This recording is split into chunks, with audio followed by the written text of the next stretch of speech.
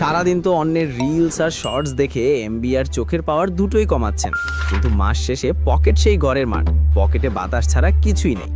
আপনি কি ছোটখাটো চাকরি বা লেখাপড়ার পাশাপাশি নিজের পরিবারকে সাহায্য করতে চান না, অথবা নিজের পায়ে দাঁড়িয়ে নিজের টাকায় চলতে চান না? জানি আমরা সবাই চাই। কেমন হতো যদি হাতের ওই স্মার্টফোনটা শুধু আপনার বিনোদনের যন্ত্র না হয়ে আস্ত একটা টাকার গাছ হয়ে যেত? হ্যাঁ, ঠিকই শুনেছেন। আপনি হয়তো ভাবছেন, পকেটে নাই এক কানাকড়ি, মাথায় নাই বড় কোনো ডিগ্রি, আমি আবার ব্যবসা মারাবো কিভাবে? আরে ভাই, সমস্যাটা এখানেই। আমরা ভাবি ব্যবসা মানেই লাখ টাকার দোকান আর এসির বাতাস, কিন্তু আজকের দিনে আপনার এই ধারণা পুরোপুরি ব্যাকডেটেড। আজকে আমি আপনাদের এমন 4টি দুর্দান্ত মোবাইল বিজনেস আইডিয়া দিব যেগুলো আপনি আজ থেকেই শুরু করতে পারবেন। এর জন্য কোনো ল্যাপটপ লাগবে না, বাপের দমই বেচা লাগবে না। আর 4 নম্বর আইডিয়াটা এতই সোজা যে পাড়ার টোটো কোম্পানির ম্যানেজার ছেলেরাও চাইলে করতে পারবে। শুধু তাই নয়, ভিডিওর শেষে এমন একটা গোপন ট্রিক শেয়ার করব যেটা কাজে লাগালে প্রথম মাসের ইনকাম মাস্ট, তাই মাঝখান থেকে পোল্টি মারলে কিন্তু বিশাল লস। মামা, এখন যুগ বদলেছে।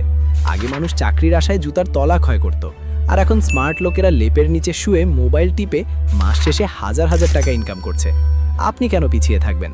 চলুন গল্পে গল্পে জেনে নিই মোবাইল দিয়ে ঘরে বসে আয় করার সেই জাদুকরি 4টি অনলাইন বিজনেস আইডিয়া। প্রথম আইডিয়াটি হলো জিরো ইনভেস্টমেন্টের রিসেলিং ব্যবসা। ধরুন আমাদের মিজানের কথা।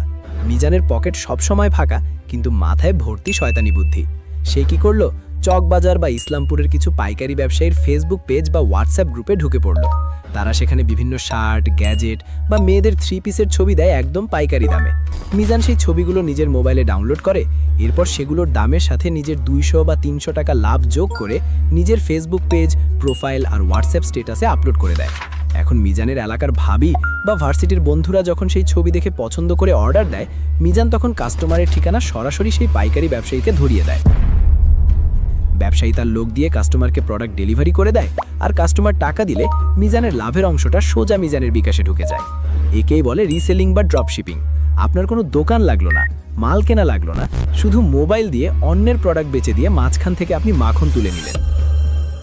আমার পরিচিত মিজান ঠিক এই আইডিয়া কাজে লাগিয়ে আজ নিজের পড়াশোনার খরচ চালানোর পাশাপাশি পরিবারকেও সাপোর্ট দিচ্ছে। শূন্য পকেট থেকে শুরু করে আজ সে মাসে 15 থেকে 20 হাজার টাকা অনায়াসে ইনকাম করে নিজের পায়ে দাঁড়িয়েছে। তার মানে মিজান পারলে আপনিও পারবেন। দ্বিতীয় আইডিয়াতে যাওয়ার আগে আপনাদের কাছে আমার একটা ছোট্ট প্রশ্ন আছে। ভাই, সত্যি করে একটা কথা বলেন তো, দিনে কত ঘন্টা আপনি শুধু শুধু ফেসবুক বা টিকটকে স্ক্রল করে অন্যের নাচানাচি দেখেন? 2 ঘন্টা? 5 ঘন্টা?